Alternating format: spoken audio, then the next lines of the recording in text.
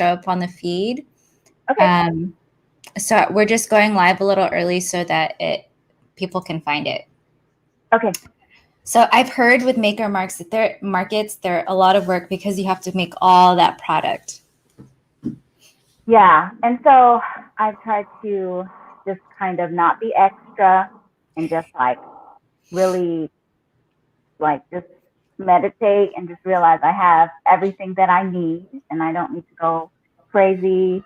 Like I was like, oh my God, I gotta make all this product. But I was like, you know what? I'm just going to make what I can. And hey, if I sell out, that's great for me, you know? Yeah. Yeah. Okay, it looks like people are starting to join. So thanks everyone for joining. We're just going to give it another minute while it shows up in the feed. But drop us a comment. Let us know your name and where you're joining from. And then we'll tell you who we are too.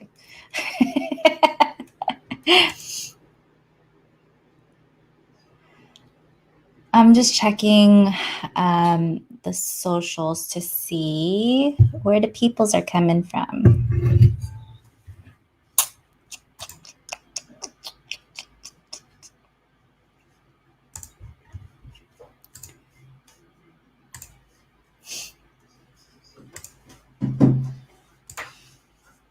Okay, Mercury retrograde. Maybe they don't want me to check.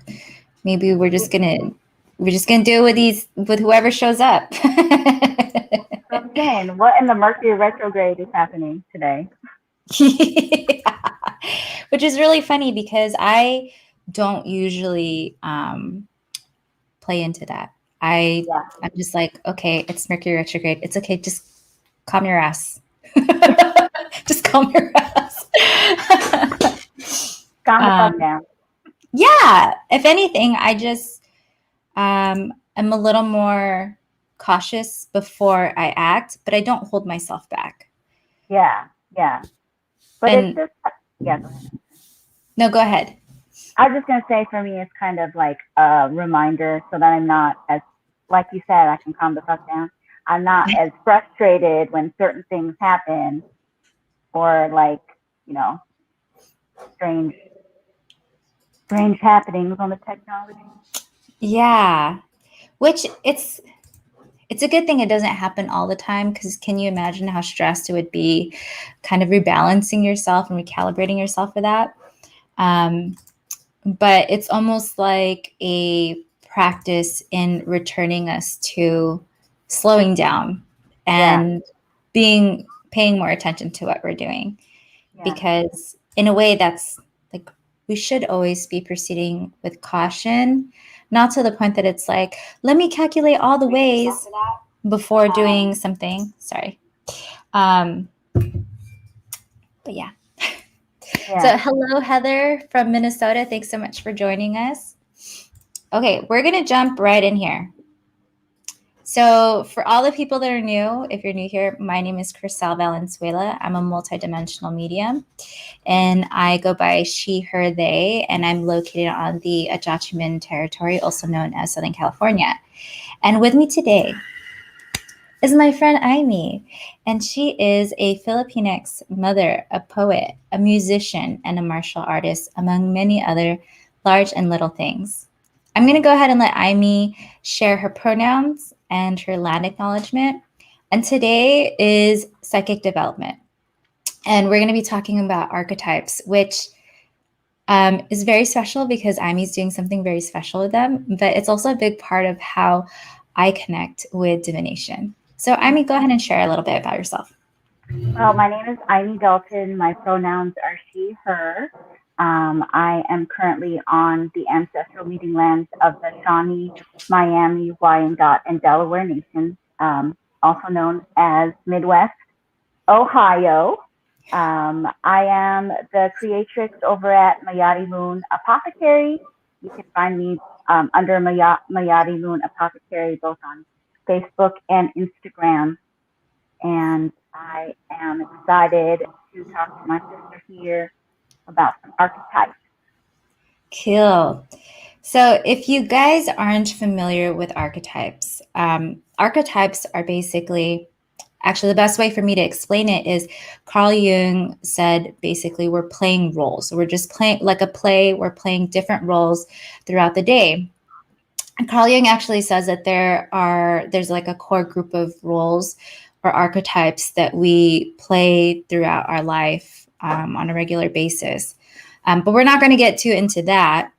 But this idea of the archetype and the role that one plays really helps one understand kind of like the patterning or what you're going through, because the archetype simply is, and the archetype can be seen as the entire spectrum of an experience.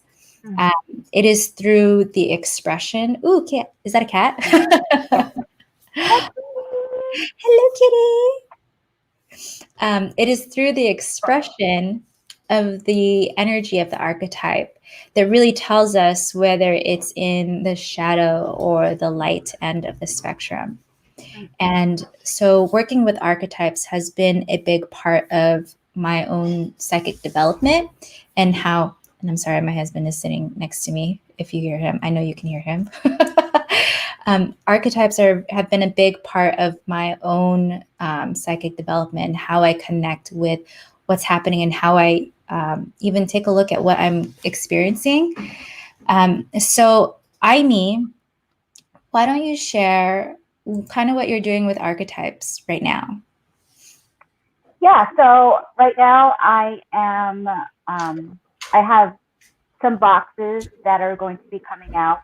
Well, one is already out. It's called The Queen. And so I'm basing these boxes off of the archetypes that I find in Mayari, who is the Philippine goddess of the moon, with Goddess's archetype. So I'm putting together this box, and it's got like lots of ritual and self-care products in them. And what I'm really excited about is with every box, part of the purchase proceeds are going to go to this organization here in Columbus called Motherful. And what they do is they're very in the community, hands-on, and they kind of bridge the gap for single mothers and their children here. So like bridging the gap between and filling in the needs that maybe they aren't getting from either programs or from their own work. So I'm excited to partner with them, and yeah, so that's what I'm doing with archetypes. There'll be several coming out, so watch for them. Good. Cool. So let's dig into these archetypes. So the way that I really use archetypes in divination is that instead of looking at a person and trying to understand what they're doing within the context of them, what people really are doing are playing into these patterns. And so if I can extract the pattern from the person and help them see it as something detached from them, because whenever I consider the situations that people are going through, I want to detach them from it because I feel like that's what helps them release the pattern and release the energy of it. So that's where I find it to be really helpful. And so when we look at the archetype, actually, I'm losing my train of thought. I'm sorry. So, so that's what I do with the archetypes in terms of my work and how I understand what people are going through and how I help them. But understanding the archetypes in themselves to be able to tell the story of what is this archetype in balance and what is this archetype in the light expression and in the shadow expression. How do you work with the archetype to get to know it? Are you talking? Yeah. So for me, like just the archetype, like you said, is just an energy. Like there's an energy of the archetype, and I just really tap in to that energy for inspiration. You know, so as far as like the queen archetype, the queen energy, if I need to protect my personal sovereignty, protect my energy, or protect just boundaries in general, but also be graceful and kind.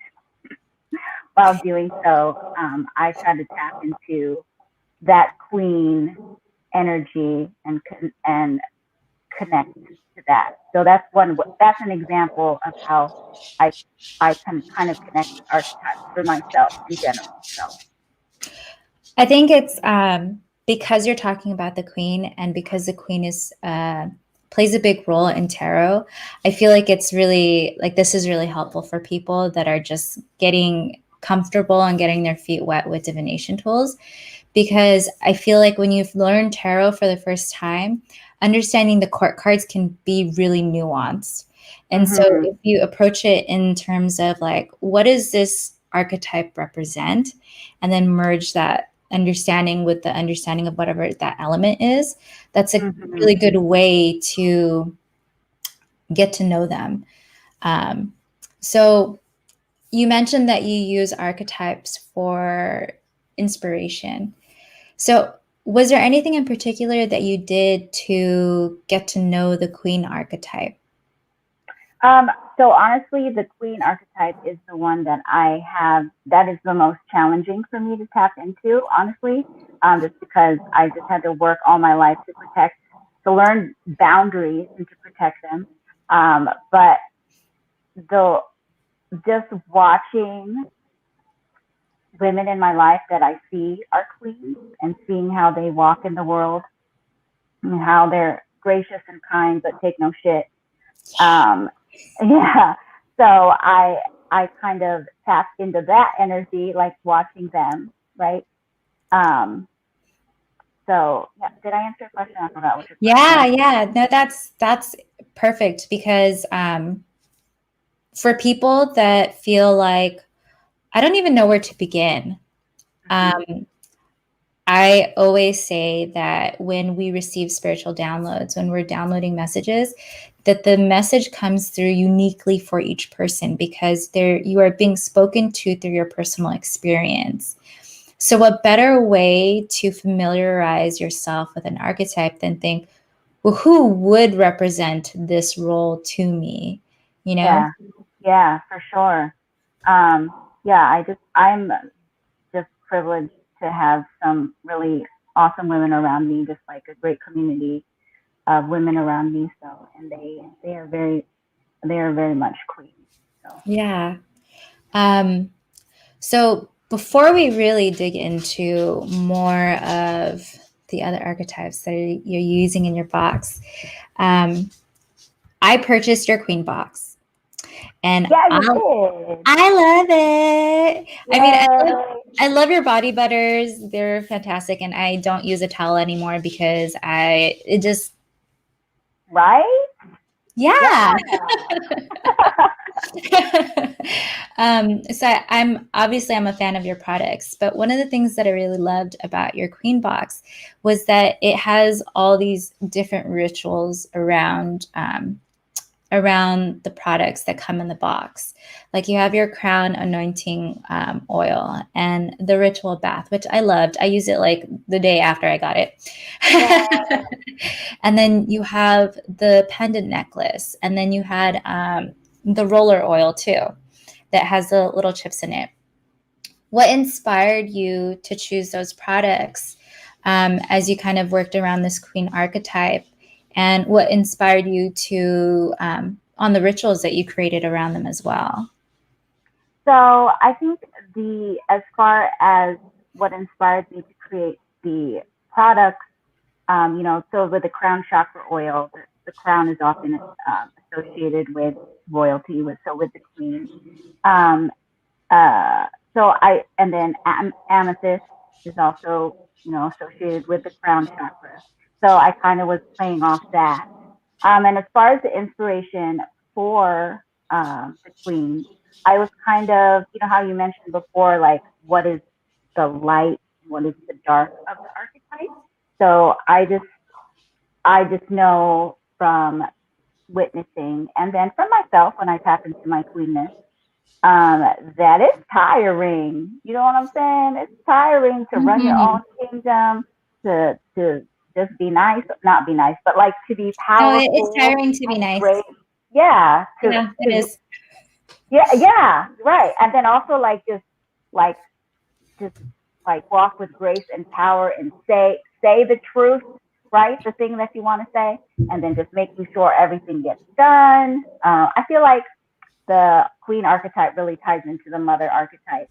That sometimes I feel like these archetypes kind of go like this, right? Nothing dualistic. Yeah. So yeah. So I just wanted to make a box where a queen could just take care of herself and just like, oh, I don't gotta rule anybody right now. I don't gotta make decisions. I'm just gonna take this moment for myself. So that's really what I was tapping into for the inspiration for the product, and just wanted to take care of the queen because the queen takes care of everybody else. Since we're talking about the queen, and we've kind of talked about how each archetype just is, but there is the light and the dark expression. When you kind of feel into this archetype of the queen, what feels like the light expression and what feels like the dark expression to you? So as far as the light expression, like I said, I just keep saying like just protecting boundaries, protecting personal sovereignty, being gracious but saying no when you say no, and just letting the no be no and not explaining yourself and just being really confident. I think the dark side, honestly would be just like not taking care of yourself. And I think too, the queen is very powerful. So you can take that power and wield it unwisely. And also, I feel like if you do, there's like if the queen walking in shadow, like is very powerfully dark. Does that make sense? Yeah. So there's a lot of action with the queen, right? There's like a lot of for me, I feel like it's very extroverted. There's a lot of action. So I feel like when my queen is in the shadow, I'm just like ordering people around, yelling at my kids, do this, do that, you know what I mean? And so yeah. I love that. I love that because I feel like the qualities of the queen that always escape me when I am trying to read tarot is that the queen rules through her nurturing. She rules not from a place of authority necessarily, but from a place of emotional connection. It's that soft touch. And so when I think about the dark expression, it's an abuse of power. And like you said, it could be you just like yelling at everyone, but could also be someone that's manipulative, right? Because they have that strong connection with people, and people, it's like when you have that strong connection with someone, they open up to you. So you know their secrets, Yeah. And then abusing that. Yeah. I don't know. I can definitely see that. For sure how that would be. Definitely the darker side of queen. So I'm really loving how you're like tying this into divination. I'm like just learning. I'm still learning tarot, so this is good for me too. So. I don't read tarot for other people. I just read it for myself. Nice. Yeah. For me, okay, so let's deviate a little bit here. So when I get, when I connect with spirit and like when I read for people, I get it visually a lot. And I remember when I was first developing it, I was starting to get it claircognizantly a lot, where it just like pops in your head, which is the most efficient because it uses the least of your energy, because you're not trying to interpret anything. It's just, you know it, you got it. And I remember feeling like, oh, I miss getting it visually because it's so beautiful the way that it unfolds. And so that's why I prefer to work without tools, because I love how it comes through and how it looks. And that's why I only read tarot for myself, because sometimes you're so close to your shit that it's hard to open yourself up for whatever needs to come through. Yeah. And that's a big part of why I use archetypes, because sometimes I'm just so close to my business that I don't want to see the truth. So I use archetype cards. How do you get your messages, like when you are, whether it be when you're reading tarot, when you're meditating, or when you're in ritual? I think claircognizance for sure. I don't even know. Like, I was thinking about this the other day, like how I would explain it. I just feel like I just know stuff. Does that make sense? I just like I sometimes it's not even a picture, it's not even a sound. It's just like inside there, and I just know that I know that I know that this is what I'm supposed to do, or that's what I'm supposed to do, or that this is the message that is coming through. Sometimes it'll come in words, like I'll get specific. I'll feel like there's like a specific words or phrases that come through for myself. So, so yeah. And that is the most efficient.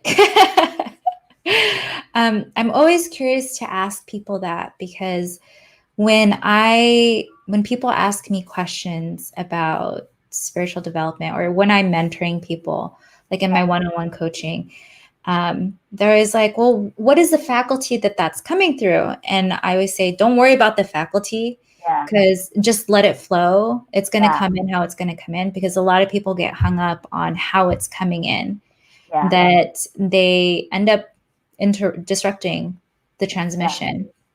Yeah, for sure. So very interestingly, I recently, I used to be a leader in our church, and I'm no longer, I'm out from under the church's roof, but I'm finding that a lot of the things that I did there, like even tapping into spirit and like words of prophecy and stuff, it's like the same thing. It's the same thing, right? Yeah. And so I got caught up in that in the very beginning. I'm like, well, I don't understand. Like, so is prophecy this, and is laying on of hands, is that is healing this? You know what I mean? And that's kind of one of the things that I had to learn, was like, just calm down. Chill the fuck out. Yeah, calm down. Like, these things are just inside me, right? And that just let it, like you said, let it flow, and don't, like, if you think about it too much, right, then it doesn't go anywhere. So so yeah, I'm still playing with like different divination tools and different ways to interact with spirit and to hear. That's been fun. So yeah. I like how you brought up hands-on healing, because I have a thing about hands-on healing. I love when people call it hands-on healing, because just like you said, it's innate in you. Everyone has access to it. Like, you ain't got to go take some course and pay hundreds of dollars and get some attunement.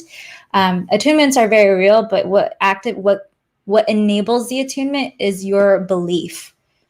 Mm-hmm. So that attunement would never work if you never believed in it. And so when people go and sign up for any kind of course and they're like, I'm signing up for this attunement. Well, actually, you are the attunement. You're the one that creates that magic. Yeah. You are the attunement. Yeah. And so when we talk about different types of energy healing modalities, and people are all about one particular modality, and they're like, I'm going to do this. And it's like, you didn't need to take that class to do it. You could just do it. And you don't need their symbols. You make your own symbols, and then you put your energy stamp on that, and it becomes more and more powerful. Yes, that's what I'm learning now. Is just like, don't worry about like some of the words, like I don't even know like the language out here, meaning out from under the church's roof. But like it's all like, when somebody says a new word and then they explain it, I'm like, oh, that's like, I used to do that. That's that, you know? And so forget where I was going. I mean, you were already doing this. You just didn't have down like the jargon that the community is using, which I I feel like that's the best way to approach it and really explore it, because you go in it without expectation. Yeah, and that's when you said put your own energy stamp on it. Like when I ask spirit and I go into meditation and I'm like, well, what do I do? It's just like play. Yeah. You like you're like just figure out, just jump in and do a thing. And if it's you, if you connect with it, you connect with it. If you don't, you don't. You just go try another thing, right? And so yeah, and I feel like just doing that is going to land me on. It's just like I feel right now. I feel like I'm out here, and the way I'm putting my magic and medicine out in the world right now is through Mayari Moon Apothecary, which I feel like is a large stream. But I feel as more, the more that I play, the more that I play, the more that I play, I'll get really honed into if there is a specific thing that spirit has me to do as far as like purpose. You know what I mean? But Yes.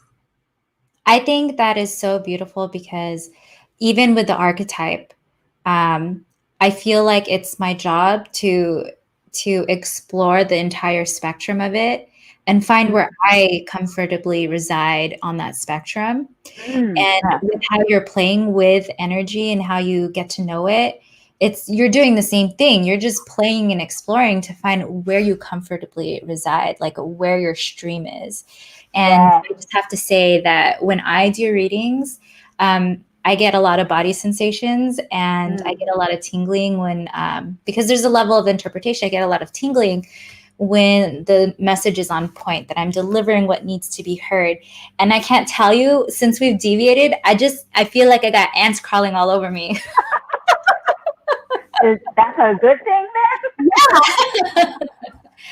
But I think that is so important. And this is something that I was talking about with another friend, was that people get too hooked on the system as the authority, but you are the authority. The system is the hook in. And you use that as your starting point, but you create the rest of the path. Like, Yes, and that's what I want people to remember. yes. We are the magic. You are the magic. Yes, Not the absolutely. system. The system is a structure and maybe a container for you to Yes. learn, but at the end, it's you. Right. So, yes. I think even if someone is channeling it, they're still human. And so it's still being channeled through the filter of the human experience, which we are meant to be faulty, because it's through the fault, through the mistakes and the errors, that we create new pathways and we have new beautiful expressions. Yes. And so I think even when the system is like channeled from God, that it's still not meant to be the authority. You're still supposed to have discernment, and you're still supposed to find where you comfortably integrate with it and create something new out of it. Yeah, definitely. And I think that ties into knowing yourself, right? So Absolutely. you have to know yourself, and bringing it back to archetypes. This is a wonderful way to figure out um, your own shit, and like who you are and how you walk in the world. So yeah. I love that. So let's talk a little more about the other archetypes that you are using. Let's see if I can find where I put it. Okay, so the next archetype, well, let's take a step back, because you said that these are archetypes that you see in Mayari. Yeah. Let's talk a little bit more about Mayari, because I don't know that we talked that much about who Mayari is. Yeah. So Mayari is the Philippine goddess of the moon. And I just always like had a spiritual connection with the moon, but I had to like downplay it because in church that was like pagan or whatever. So I when I found, and I've always loved Diana, who is the Greek goddess of the moon, right? So when I found out that we had the Filipinx people, like our ancestry, there is a goddess of the moon, I was just like enthralled. I was just like absolutely in love. And so the name Mayari Moon Apothecary is like in honor of her, in honor of my ancestry. And so the archetypes that I see in her, so queen, she's not necessarily a queen, but she is the daughter of a king. So that makes her royalty. So I see that in her. And then the other archetypes that I see in her are the goddess, the warrior, the wild woman, and the priestess. So yeah, so my next box that I'm going to come out with that's inspired by her is the goddess. And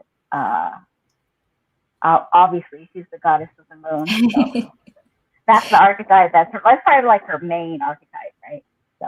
So I do these Akashic Records readings, and they're like birth reports. But what they do is they tap into your Akashic Records to get to the heart or the soul. It's actually the soul. To get to the soul of who you are at the core of you. And it's interesting because one of the things I do is I tap into what is the spiritual tradition from all your past lives that has the most influence on your soul, because you carry imprints from that through your incarnations. And one that I had to work on recently was the goddess. And when I was writing it up, what I do is I connect with the record, feel into which characteristics need healing from you, and then also tap into like past lives that help you understand how you are repeating the pattern in this lifetime. Wow, that's super cool. Thank you.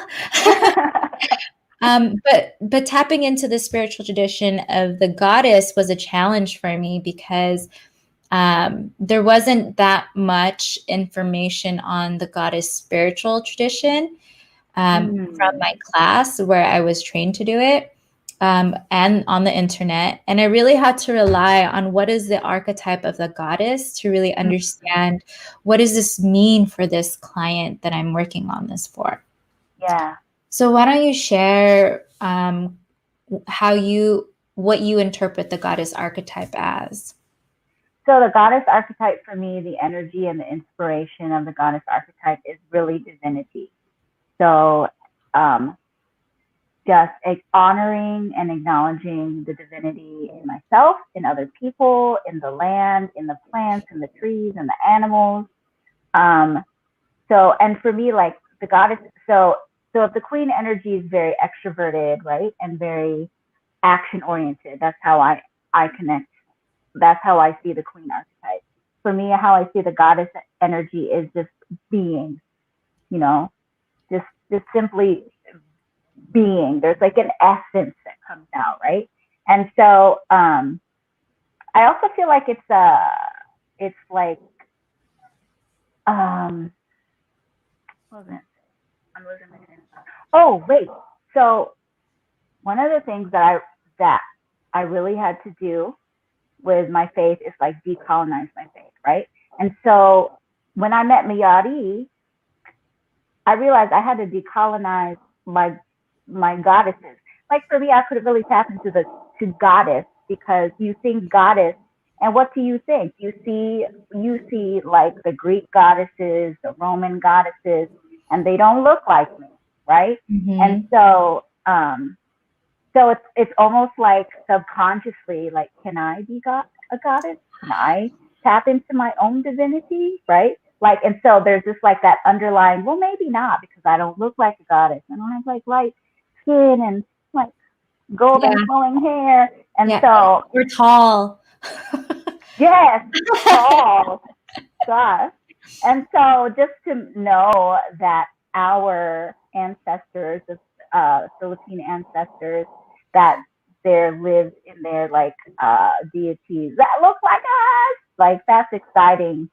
That's exciting for me. And for some reason, once I met that, I felt like I could really tap into goddess.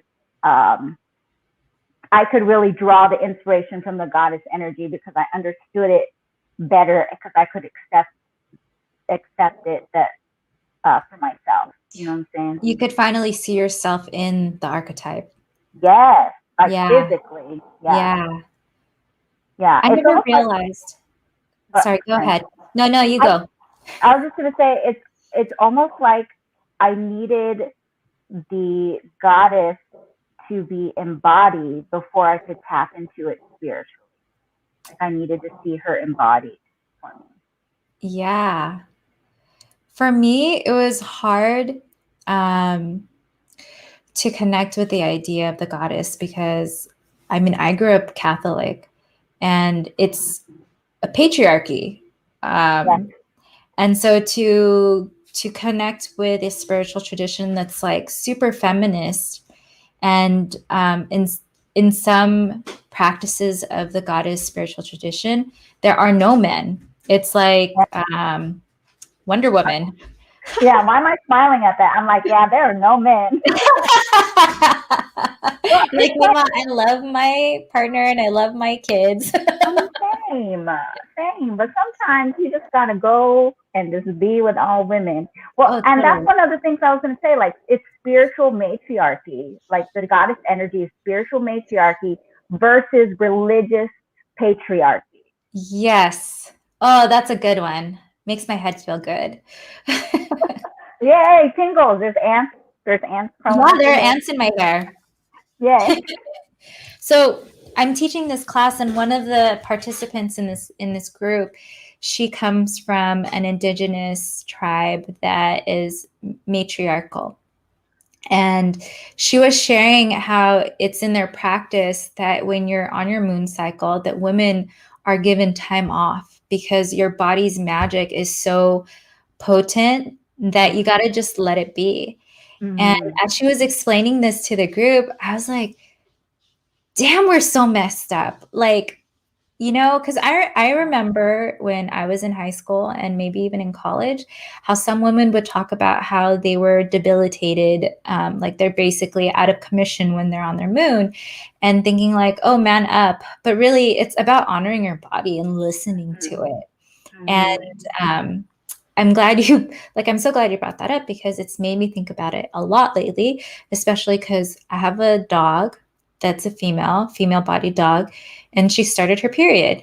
And my partner and my kids, all males, are all over her. Like, I read she needs to snuggle blankets. I read she needs to have a fun chewy toy, and you can't get mad at her when she's on her period, when she's bleeding. And I'm like, mommy bleeds too. For me. Right? But seriously, I was like, why don't we get that same kind of like treatment? Yeah. Yeah. I mean, I've heard of indigenous tribes that practice that. And where the women, and then, so the women in the community would all go and bleed together. But then, like, if you hang around the same women all the time, what happens? Like, your moon cycles, like, line up. So, I just, I just can really imagine, like, the community involved that's happening. And then the cross-generational community and, like, being able to be mentored by elders and then, like, being able to speak into the lives of young women who are just becoming women. And they get to listen to all the generations and all the things that they're talking about. So yeah, I feel like we're on a tangent. It's so powerful though. I mean, yeah, we did, but it all matters, right? Like, yes. We went on the tangent for a reason. We're divinely led. Exactly. Okay, I want to get into the last archetype that you shared for your boxes, which is the warrior. And I like that this is part of your archetypes because the warrior came up for me when I was reading my archetype cards. So why don't you share kind of what you get for what the warrior means to you?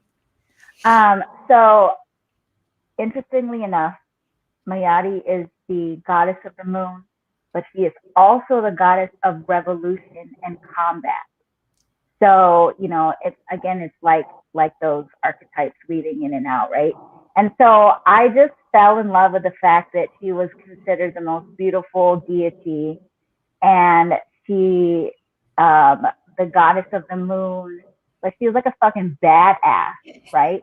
So I don't know if you knew, but there's a legend where she fought for equal rights to rule the sky with her brother, whose name was Apalaki. Yeah. And so that's why they fought, and then she got her eye. She got a badass scar on her eye because she was fighting. She was being a warrior for equal rights. And so the legend is, so she won the battle, and that's why the moon. But since she has one eye, that's why the moon's light is a little bit dimmer than the sun's light. So that's just a little how Mayari is like a warrior. So what was the question? Help me. What does the warrior mean to you? Oh yeah. Okay. So this one, the warrior, this one is actually really special to me.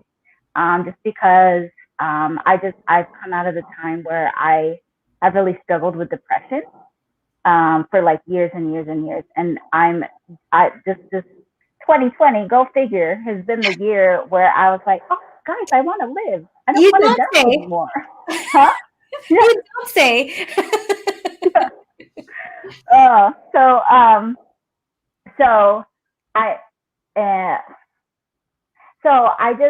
I fought so long for myself. You know, I had to warrior so much for myself. And now that I am coming from more of a healed place, I feel like I am looking forward to learning more about how I can warrior for other people, you know. So that's the warrior energy for me. And also, like when I think about the warrior energy and when I think about Mayari, like she fought with Kali sticks, which is the Filipino martial arts. And I've been practicing Filipino martial arts for like 3-4 years now. And honestly, that's what started my decolonization process, was getting in touch with Filipino martial arts. Like it was a very spiritual experience for me. Like as soon as, like maybe a month or two after I started Filipino martial arts, I had like an ancestor dream where they were like literally calling me to remember them.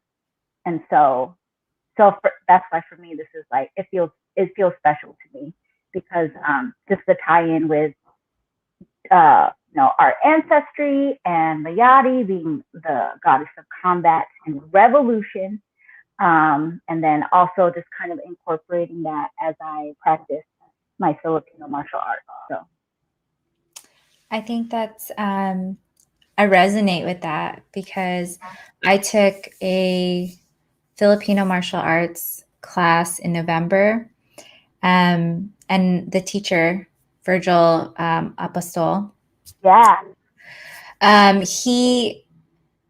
he taught the class that the warrior is also the healer. It's having balance. It's,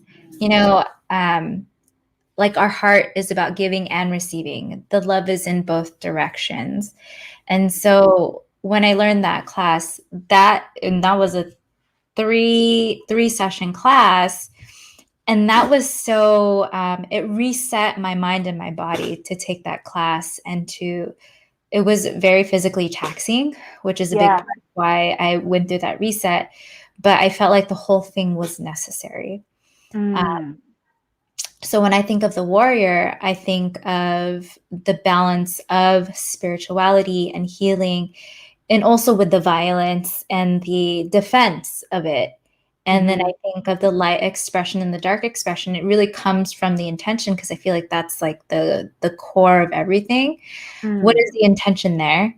What is your cause? Are you fighting for a cause? Are you fighting out of defense all the time? Like, what are you really trying to protect yourself from? Yeah, for sure. And that's why I say, like, this one is this archetype is kind of dear to me, just because I feel like I was in shadow for a long time with the warrior, and like fighting with myself, and just shadow boxing with myself. And now I feel like I'm coming up for air, so to speak, and I can now see like the light side of it. And like you said, the balance. There really is to be a fighter, you have to have balance. You have to know, you have to be very in tune with what's going on in the room, with what's going on with yourself. You have to be very embodied. You have to know what your body can do and what it can't do and like how it can do, right? And so I'm forgetting a lot. Did that answer your question? Yeah, I want to like keep channeling. Keep going, girl. So, what can people expect in your goddess box and for your warrior box? Okay, so my goddess box, there's going to be a glowing goddess facial oil, which I'm so excited about because it's going to have like 24 karat gold flakes in it.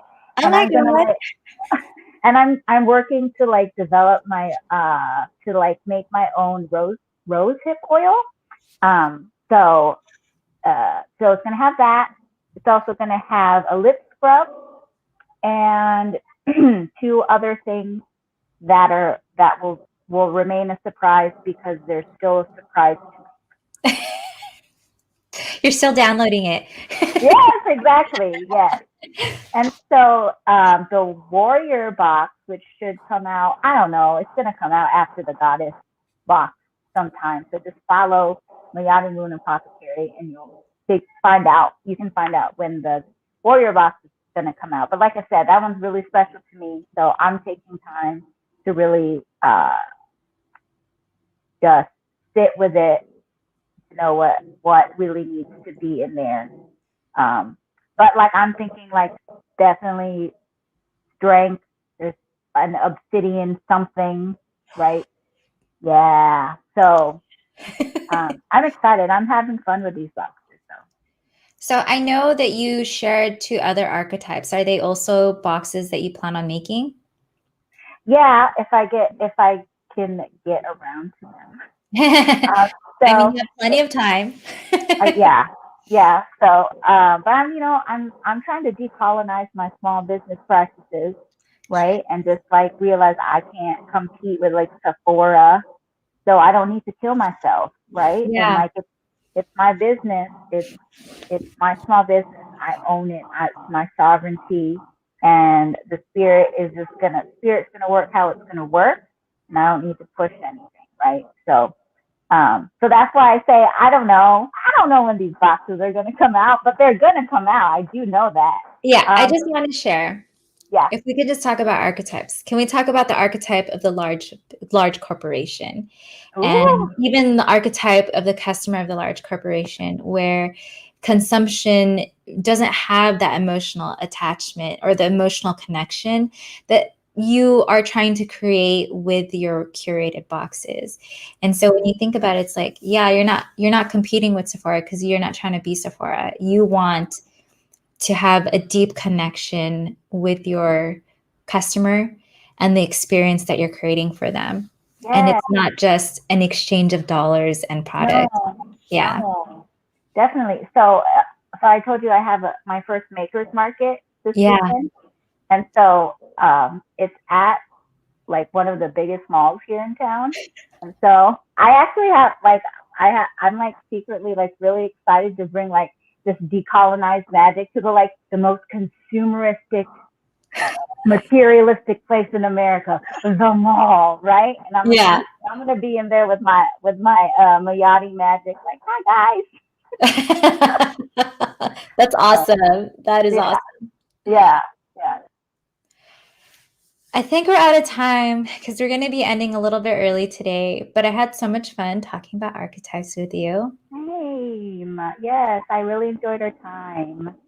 So if there's one thing that you want to leave people with, what is it? Whether it be about your boxes, about archetypes, or even how people connect with their work, the way that you're so deeply connected with your work. What do you want to leave? Let's see. I think what note I'd like to leave on is, just to encourage people to dig into these archetypes for themselves so that they can really know themselves and they can know how they walk in the world. And help them understand their shadow so that they can get to their light, right? And so, yeah, know thyself. I think that's what I want to leave people with. I love it. So thank you all live participants and replay watchers. My name is Krisell Valenzuela, and this is Imee, and our information is in the show notes. We'd love for you to come back and check out our socials, and we'll see you guys next week.